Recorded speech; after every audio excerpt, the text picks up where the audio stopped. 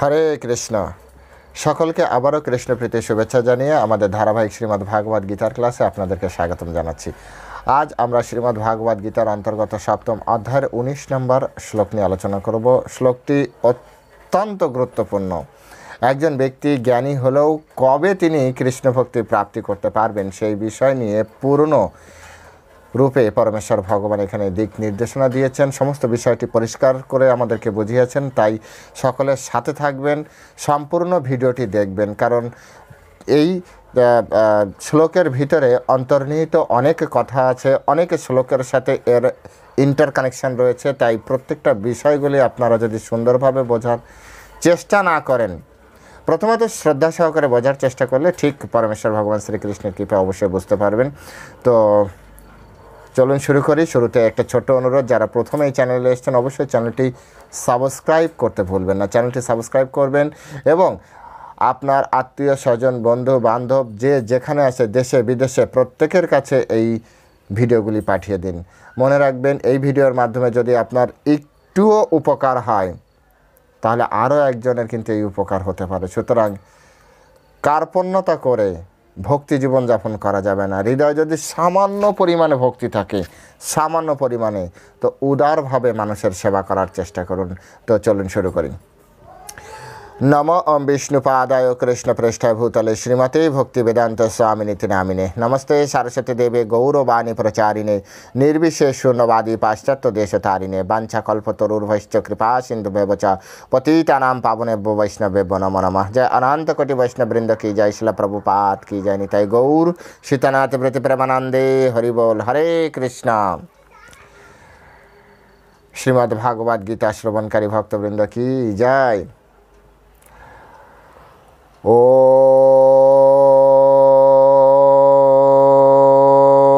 নমো ভগবতে বাসুদেবায়। ওম নমো ভগবতে বাসুদেবায়। ওম নমো ভগবতে বাসুদেবায়। শ্রীমদ্ ভাগবত গীতা সপ্তম অধ্যায় বিজ্ঞান যোগ শ্লোক নম্বর 19। বহুনাম জন্ম নামান্তে জ্ঞানবান মাম প্রপদ্যতে বাসুদেব সর্বমিতি স মহাত্মা সুদুর্লভম। বহুনাম জন্ম নামান্তে জ্ঞানবান মাম প্রপদ্যতে বাসুদেব সর্বমিতি স মহাত্মা সুদুর্লভম। হরে কৃষ্ণ। তো এখন আমরা এই সংস্কৃত শ্লোকের শিল প্রভুপাদ কর্তৃক যে বাংলা ভাষানুবাদ দেওয়া হয়েছে সেই ভাষানুবাদ আমরা শ্রবণ করব। অনুবাদ: বহু জন্মের পর তত্ত্বজ্ঞানী ব্যক্তি আমাকে সর্বকারণের পরম কারণ যে রূপে জেনে আমার শরণাগত হয়, সেইরূপ মহাত্মা অত্যন্ত দুর্লভ। আমি আর একবার পড়ছি। বহু জন্মের পর তত্ত্বজ্ঞানী ব্যক্তি আমাকে সর্বকারণের পরম কারণ রূপে জেনে আমার শরণাগত হয়, সেইরূপ মহাত্মা অত্যন্ত দুর্লভ। হরে কৃষ্ণ। জয় শিল প্রভুপাদ কি জয়। তো এখন আমরা শিল প্রভুপাদ কর্তৃক এই শ্লোকের উপরে যে ভাষ্য প্রদান করা হয়েছে, এছাড়াও বিশ্বনাথ চক্রবর্তী ঠাকুর এবং শিল বলদেব বিদ্যাভূষণজি এই বিষয়ে যে ভাষ্য প্রদান করেছেন, এই স্পেশালি এই শ্লোকের উপরে যে ভাষ্য প্রদান করেছেন, সেই ভাষ্যের আলোকে আমরা এই শ্লোকটি বোঝার চেষ্টা করব। এই তিনটি আপনার ভাষ্যের বা তাৎপর্যের সার সংক্ষেপ আমরা এখানে বোঝার চেষ্টা করব। প্রথমেই আমরা শুরু করি বিশ্বনাথ চক্রবর্তী ঠাকুরের ভাষ্য দিয়ে। এখানে বিশ্বনাথ চক্রবর্তী ঠাকুরের বিষয়ে ভাষ্য দিয়ে এই কারণে শুরু করতে চাইছি, কারণ এখানে খুব সুন্দরভাবে বোঝা যায়। হ্যাঁ, অ্যাকচুয়ালি শিল প্রভুপাদ খুব সুন্দরভাবে ব্যাখ্যা করেছে, কিন্তু বিশ্বনাথ চক্রবর্তী ঠিক প্রশ্ন আকারে ডাইরেক্ট কানেক্ট করিয়ে দেয়। যেমন উনি বলছেন, এর আগের শ্লোকে কী বলেছেন সেটা বোঝার চেষ্টা করতে হবে। অর্থাৎ 18 নম্বর শ্লোকে পরমেশ্বর ভগবান বললেন যে সকল ভক্তরাই নিঃসন্দেহে মহাত্মা, কিন্তু যে জ্ঞানী, হ্যাঁ, আমার তত্ত্বজ্ঞানে অধিষ্ঠিত, সে আমার মতে আমার আত্মস্বরূপ। সমস্ত ভক্তই শ্রেষ্ঠ। কোন কোন ভক্ত শ্রেষ্ঠ? আর্ত, অর্থার্থী, জিজ্ঞাসু, জ্ঞানী, এই 4 প্রকার। তো 17 নম্বর শ্লোকে বলছে এই 4 প্রকারের ভিতরে জ্ঞানী শ্রেষ্ঠ। জ্ঞানী কতটা শ্রেষ্ঠ? তো তখন প্রশ্ন এসছে, শুধু কি জ্ঞানী শ্রেষ্ঠ ভগবান, আর কি কেউ কিচ্ছু নয়? না না, ওরাও মহাত্মা। যারা ভগবানের চরণে আত্মসমর্পণ করেছে এরা মহাত্মা, উদারা, মহাত্মা। কিন্তু জ্ঞানী যিনি তত্ত্ব তো জেনে আমার আমার চরণে আত্মসমর্পণ করেছে, হচ্ছে আমার আত্মস্বরূপ। এখন এইখানে প্রশ্ন তুলেছেন, এইখানে জাস্ট কেউ যদি প্রশ্ন তোলে, কৃষ্ণই যে পরমেশ্বর ভগবান, তা গীতা দেখলেই বোঝা যায়। গীতার কোনো জায়গায় আপনার প্রশ্ন করার জায়গা রাখেনি। এইখানে প্রশ্ন আসছে, আচ্ছা ভগবান, এই যে জ্ঞানী, হ্যাঁ, এই যে তত্ত্বজ্ঞান, এই তত্ত্বজ্ঞানী ভক্ত তো আপনার আত্মস্বরূপ, আপনার সব থেকে প্রিয়, ঠিক আছে, আপনি বললেন, মেনে নিলাম। তো এই জ্ঞান ঠিক কতদিনে একজন ব্যক্তি পেতে পারে? প্রশ্ন আসতে পারে, ঠিক কতদিনে পেতে পারে? বিশ্বনাথ চক্রবর্তী ঠাকুর এখান থেকে শুরু করেছে যে, আচ্ছা আপনি বলছেন অনুত্তমা গতি আমাকে আশ্রয়বান, অতএব সেই জ্ঞানী ভক্ত আপনাকে পায়, কিন্তু ওই জ্ঞানী কত সময় পর ভক্তিতে অধিকারী হইবে? কত সময় পর? হ্যাঁ, প্রশ্ন। সেই প্রশ্নের হাত ধরেই, হ্যাঁ, এই শ্লোক খুব সুন্দরভাবে। এখন এমন চিন্তা করবেন না, বিশ্বনাথ চক্রবর্তী ঠাকুরকে আগে প্রশ্ন করেছে পরে শ্লোক, না না, শ্লোক একটানা বলা হয়েছে, কিন্তু এখানে কেউ যাতে প্রশ্ন করে সেই প্রশ্নের উত্তর কৃষ্ণ পরমেশ্বর সকলের অন্তর্যামী, তাই কোনো প্রশ্নের ফাঁকা জায়গা রাখেনি। সেই জন্য একটার পর একটা তিনি নিজে থেকেই উত্তর সব কিছুই তিনি আমাদের দিয়ে গিয়েছেন। তিনি বললেন, বহু নাম জন্ম নামান্তে, বহু জন্মের পর বহু জন্ম কেটে যাবে। বিভিন্ন ধরনের পারমার্থিক কর্ম করার মাধ্যমে, পারমার্থিক কর্ম প্রতিনিয়ত করতে, হ্যাঁ, তারপরে সে একো ভক্তির বিশেষতে জ্ঞানও পাবে, ভক্তিও পাবে। এটি করার জন্য এক জন্মে হবে না, এক জন্মে হয়ই না। জ্ঞান আর ভক্তি এই এক জীবনে কখনো হবে না। যদি কারো জীবনে আপনি জ্ঞান দেখেন আর ভক্তি দেখেন, আপনারা লক্ষ্য করবেন আপনাদের আশেপাশে এই জগতে আছে জ্ঞান এবং ভক্তি, এই দুটি জিনিস যদি আপনি লক্ষ্য করেন, আপনি একেবারে 100% এনশিওর, আপনি 100% শিওর হয়ে যান এই ব্যক্তি অনেক জন্ম ধরে তারপরে তিনি এই ভক্তি জীবনযাপন মানে পারমার্থিক কর্ম করছেন। এক জন্ম এরকম হবে না, এটা পরমেশ্বর ভগবান নিজে বললেন। প্রথমে 17 নম্বর শ্লোক আপনি কানেক্ট করেন, আপনার সামনে যদি গীতা থাকে এখনই খুলে নিন। 17 নম্বর শ্লোকে বলছে, তেষাম জ্ঞানী নিত্যযুক্ত একভক্তির বিশেষতে। এই জ্ঞানী ভক্তি তার এই কারণে প্রিয়, কারণ তারা নিত্যযুক্ত মানে কি? অনিত্য না, মানে এই করছে এই ছেড়ে দিয়েছে, এই করছে এই ছেড়ে দিয়েছে, এরকম না। কয়েক জনম ধরে, এবং কত জনম তা কিন্তু তার কোনো মানে আমাদের কাছে কোনো আমরা জানি না, এটা পরমেশ্বর ভগবান জানে আর গুরুদেব জানে। এই দুইজন ব্যক্তি শুধুমাত্র এই জগতে, এবং মানে ভগবান এবং গুরুদেব এই দুইজন জানে যে আমরা কতদিন ধরে কি করছি। গুরুদেব অন্তর্যামী হলেও অনেক সময় কি করে, আমাদের সামনে হাইড রাখেন অনেক কিছু, অনেককে বলে দেন, কিছু কোডিং শব্দ বলে দেন, আর কিছু সময় হাইড করে রাখেন। এর ফলে কি হয়, তিনি আমাদের বাঁচাতে চান। অনেক সময় কি হয়, কোনো কারণে হয় কি, জড় সঙ্গের প্রভাবে অহংকার তৈরি হয় আমাদের। অহংকার এখন কে যে কখন কারণ অহংকার তো মায়ার একটা অংশ, তাই না? আর মায়া সবসময় গ্রাস করার জন্য, ধরার জন্য বসে আছে। তাই শ্রী গুরুদেব তিনি কি করেন, তার শিষ্যকে বাঁচানোর জন্য মাঝে মাঝে তার যে যোগ্যতা, তার যে ফোর্স, তার যে পাওয়ার ভিতরের, হ্যাঁ, সেটাকে তিনি কি করেন, লুকায়িত করে রাখেন। তাকে শুধু বলেন, হাওয়া দিয়ে যান, হ্যাঁ তুমি পারবে, তুমি করে যাও, তুমি পারবে, হ্যাঁ তুমি জব করে যাও, তুমি ঠিক ভগবানকে পাবে। কিন্তু আসলে ও অনেক দিন ধরে জব করছে, অনেক সিরিয়াসলি জব করছে, কিন্তু এই জিনিসটা গুরুদেব অনেক সময় বলেন না। তো এর পিছনে কারণ কি, আমি তো তাহলে অনেক দিন ধরে জব করছি, তাহলে আমি অনেক সিনিয়র, আমার ভিতরে অনেক জ্ঞান আছে, আমি অনেক ভালো ভক্ত। এই যে বিষয়টা না, এই বিষয়টা আমাদেরকে সর্বনাশ করে। হ্যাঁ, এই অহম্বোধ আমাদেরকে সর্বনাশ। ভগবান সবাইকে মেনে নেয়, শুধু অহংকারীকে মেনে নেয় না। এটা অহংকার। আমাদের বাংলায় একটা প্রবাদ আছে, আপনারা জানি না শুনেছেন কিনা, অহংকার পতনের মূল।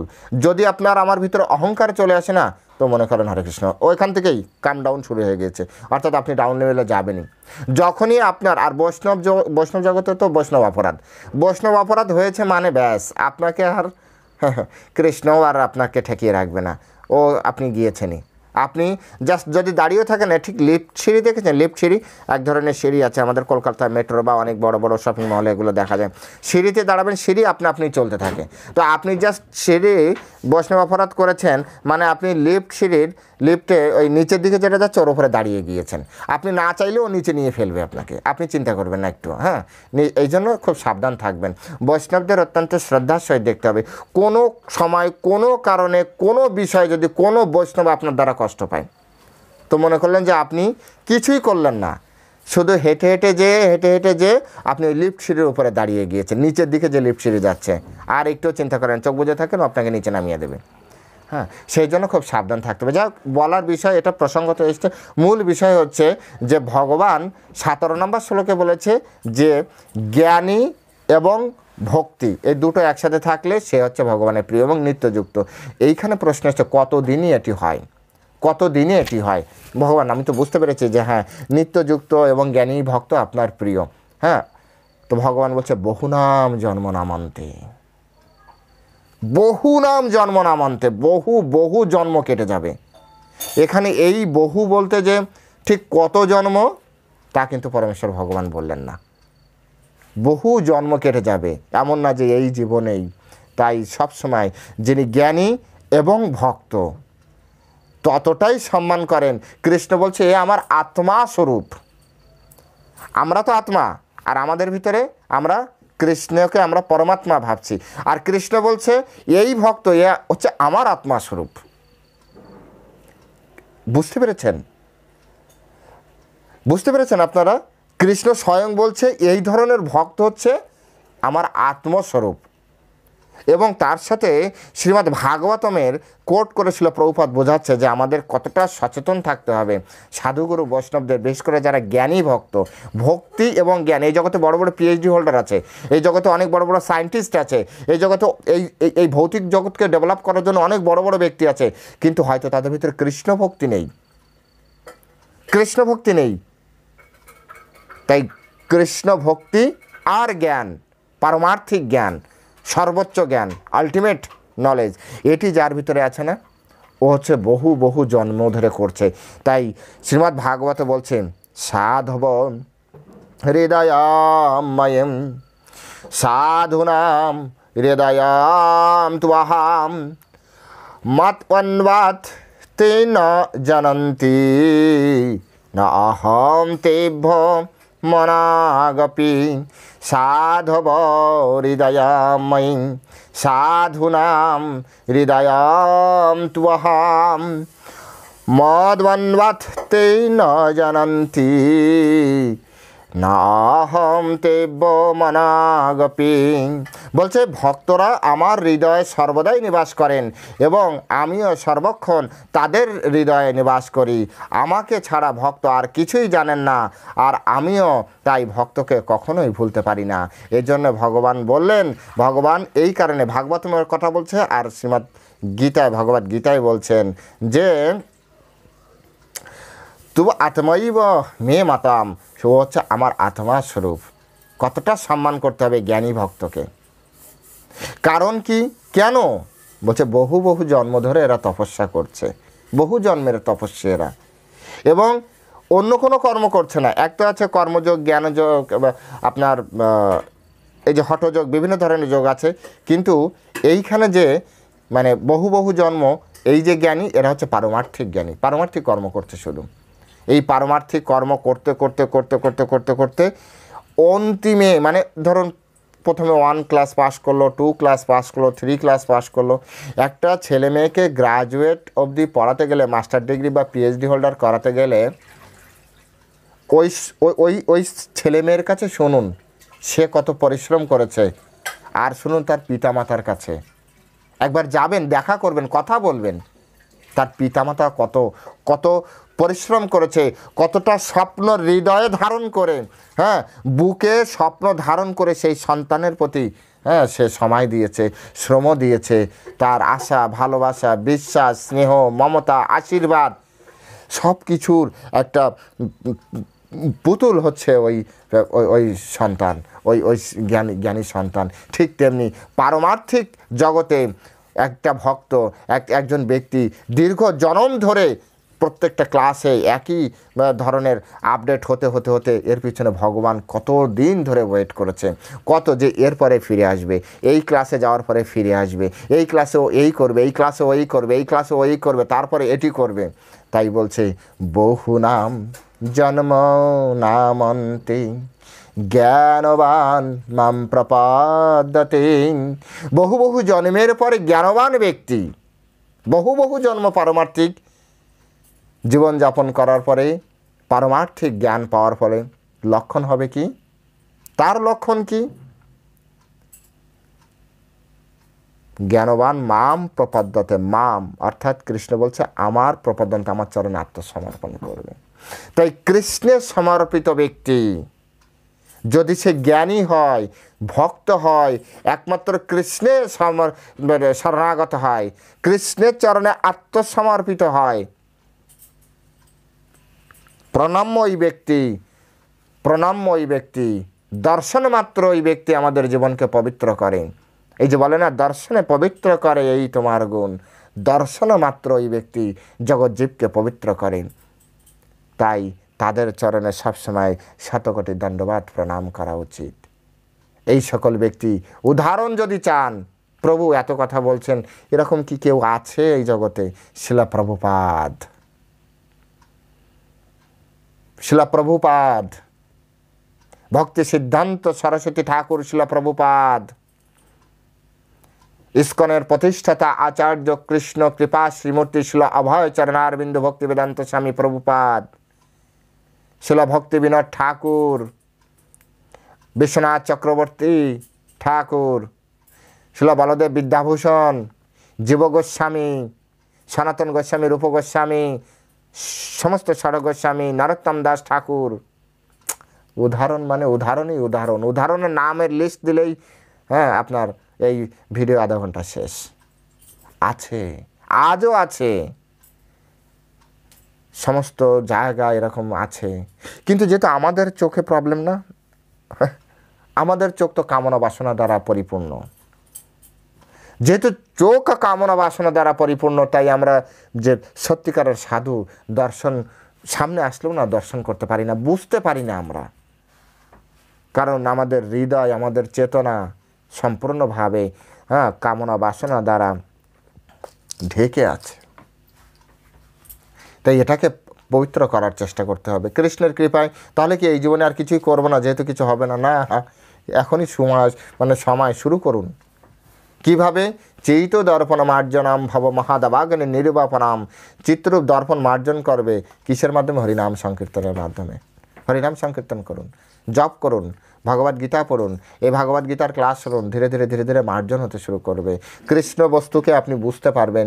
হৃদয়ে আপনি চোখ বন্ধ করলে কৃষ্ণকে দেখতে পারবেন। কৃষ্ণের শ্যামসুন্দর রূপ আপনি দেখতে পারবেন।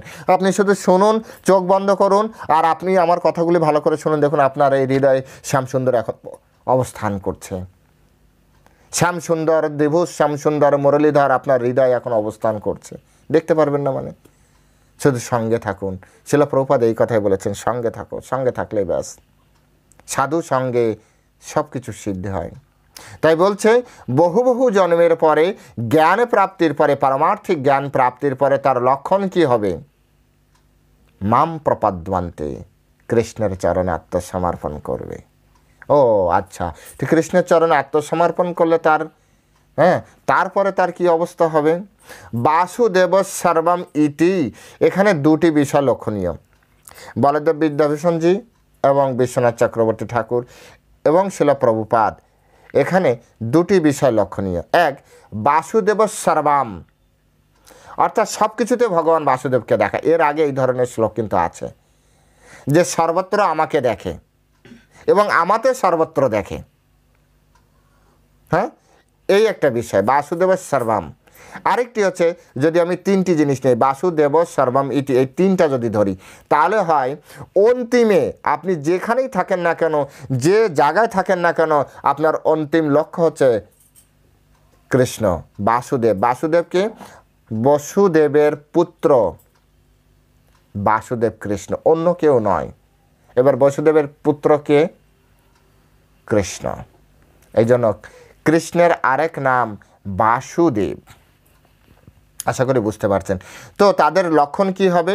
বাসুদেব সর্বাম, এক সব জায়গায় সর্বত্র, যত্র যত্র নেত্র পরে তত্র তত্র কৃষ্ণ স্ফুরে, যেখানে যেখানে আপনার চোখ যাবে সেখানে সেখানে আপনি শুধু কৃষ্ণকেই দেখবেন। যেখানে যেখানে যেখানে যেখানে যাবেন সর্বত্র কৃষ্ণকে দেখবেন। পরমাত্মা রূপে পরমেশ্বর ভগবান শ্রীকৃষ্ণের অংশ, তিনি আমাদের হৃদয়ে অবস্থান করছেন। যেখানে যা দেখবেন, তিনি আর এই শরীর দেখেন না, তিনি আত্মা রূপে, হ্যাঁ, পরমাত্মা রূপে ভগবানকেই দর্শন করেন। এই জন্য তো বলেছে চৈতন্য চরিতামৃতে, জীবে সম্মান দিবে জানি কৃষ্ণ অধিষ্ঠান। প্রত্যেকটা জীব দেখলে প্রণাম করবে, প্রত্যেকটা জীব দেখলে হাত জোড় করবে, ওই ব্যক্তিকে নয়, ওর হৃদয় যে কৃষ্ণ আছে। সেই জন্য যেভাবে উদাহরণ হিসেবে দেওয়া যেতে পারে, আমাদের যে পুলিশকে আমরা যে স্যালুট করি, স্যার বলি, অ্যাকচুয়ালি পুলিশকে কি বলা হয়? Public servant.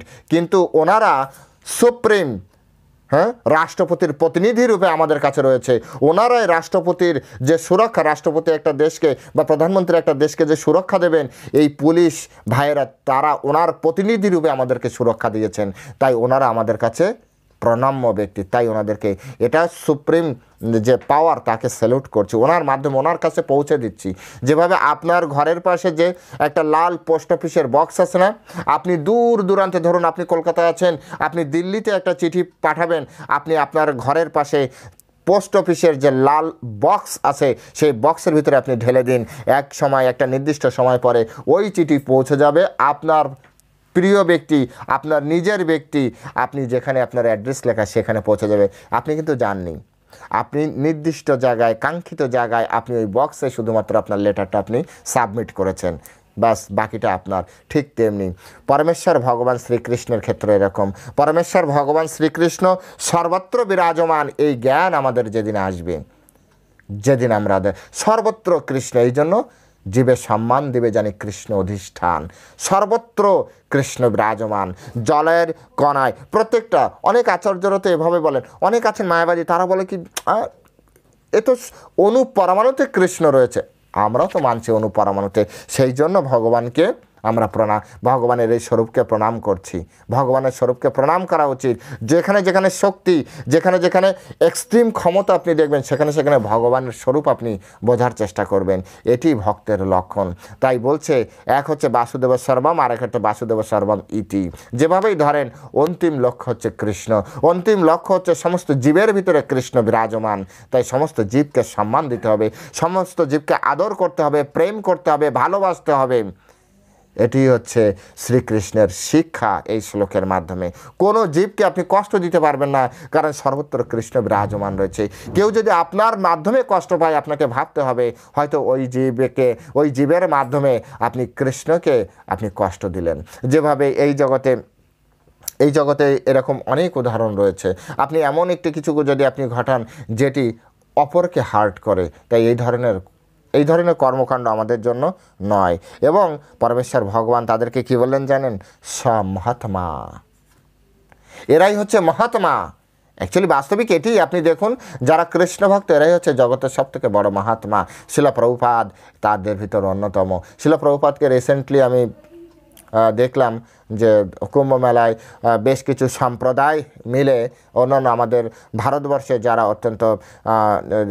অত্যন্ত আধ্যাত্মিক বাণী প্রচারে যারা লিপ্ত আছে, সে সকল কিছু সম্প্রদায় মিলে শিলা প্রভুপাদকে জগৎগুরু ঘোষণা করেছে এবং তারা সকলে এক বাক্যে সার্টিফাইড করেছে।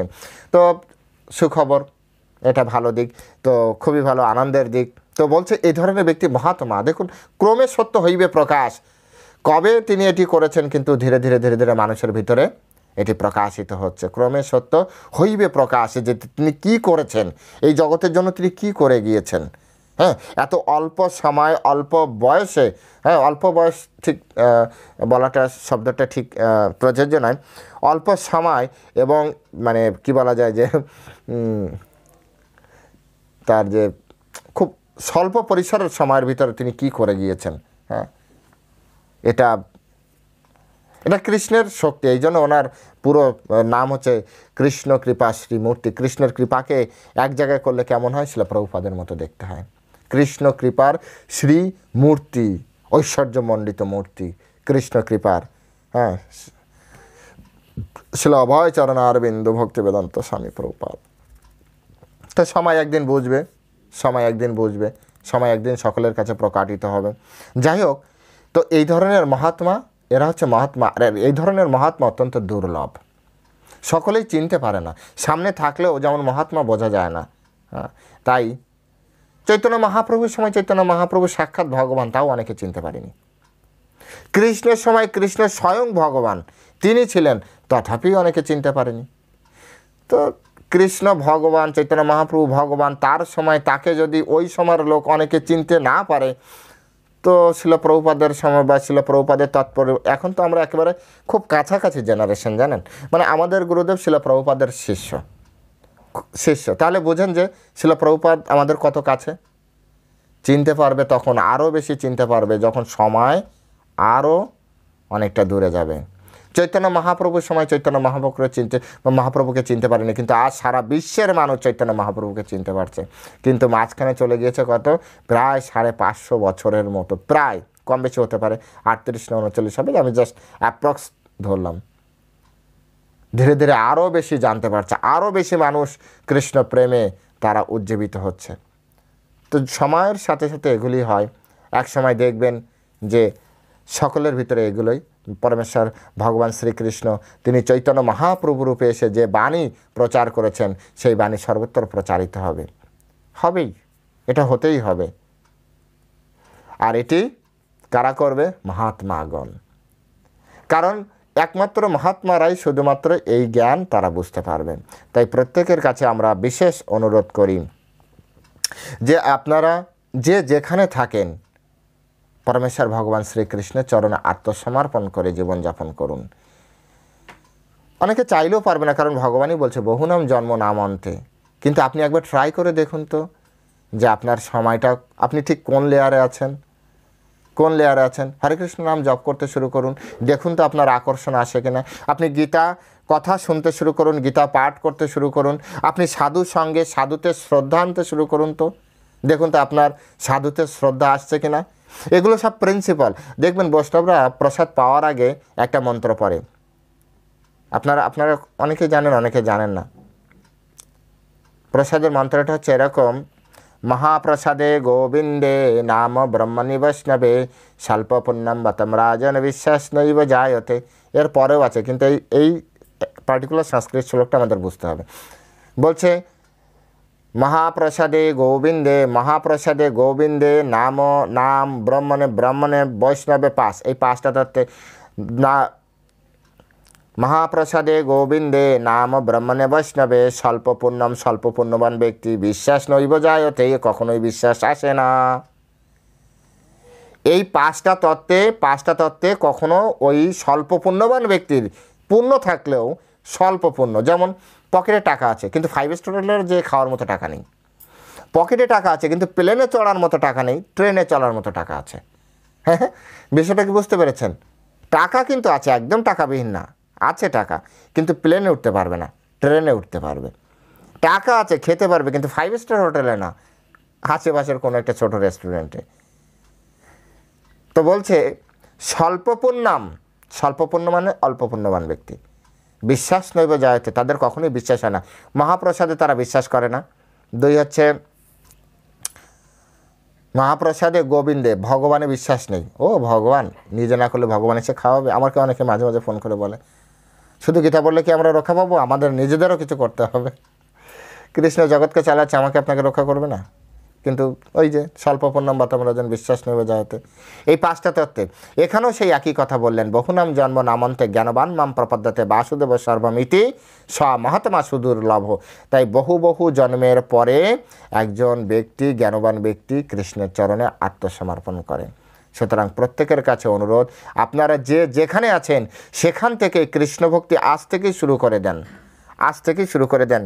শুভস্য শীঘ্রম একটা কথা আছে না, শুভ কাজ শীঘ্রই করা উচিত। কবে কখন কার সময় কিভাবে শেষ হয় তার কোনো ঠিক নেই। তাই যখনই সময় পেয়েছেন না তখন থেকে শুরু করে দেন। কমসে কম শুরু তো হলো।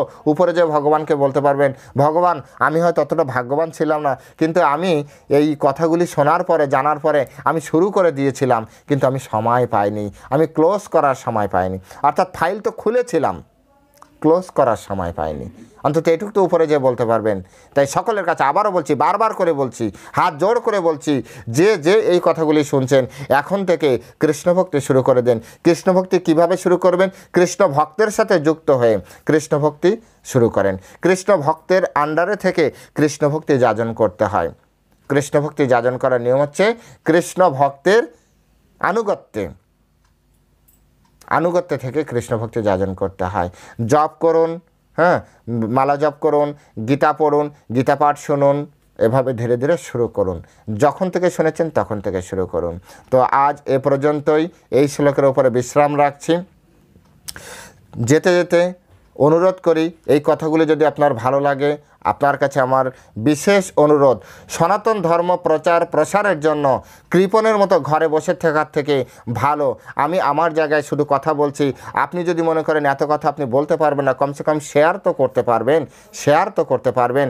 আপনার সমস্ত সোশ্যাল মিডিয়ায় আপনার দেশে বিদেশে যত আত্মীয় স্বজন, বন্ধু বান্ধব যে যেখানে আছে প্রত্যেকের কাছে এই ভিডিও পৌঁছে দিন। হতে পারে আপনার শুধুই একটা শেয়ারের মাধ্যমে একজন ব্যক্তি ভক্ত হয়ে যাবে। হয়তো আপনি যাকে পাঠাচ্ছেন সে এটি দেখলো না, কিন্তু তার মাধ্যমে অন্য আরেকজন এটির মাধ্যমে সে লাভবান হবে। কে কিভাবে ভক্ত হবে, কে কিভাবে কৃষ্ণের চরণে আত্মসমর্পণ করবে আপনি কেউই জানি না, জানে তো কৃষ্ণ স্বয়ং, আর তার সৌভাগ্য কবে উদয় হবে। তো আজ এখানেই এই বিশ্বাস রেখে যে আপনারা প্রত্যেকেই এই ভিডিওগুলি শেয়ার করবেন মানুষের কাছে, আর যারা চ্যানেলে প্রথমে এসেছেন অবশ্যই সাবস্ক্রাইব করবেন। তো ঠিক আছে, আজ এখানেই এই শ্লোকের বিশ্রাম রাখছি। কথা হবে নেক্সট শ্লোক নিয়ে। হ্যাঁ, হরে কৃষ্ণ, জয় শ্রীল প্রভুপাদ কি জয়।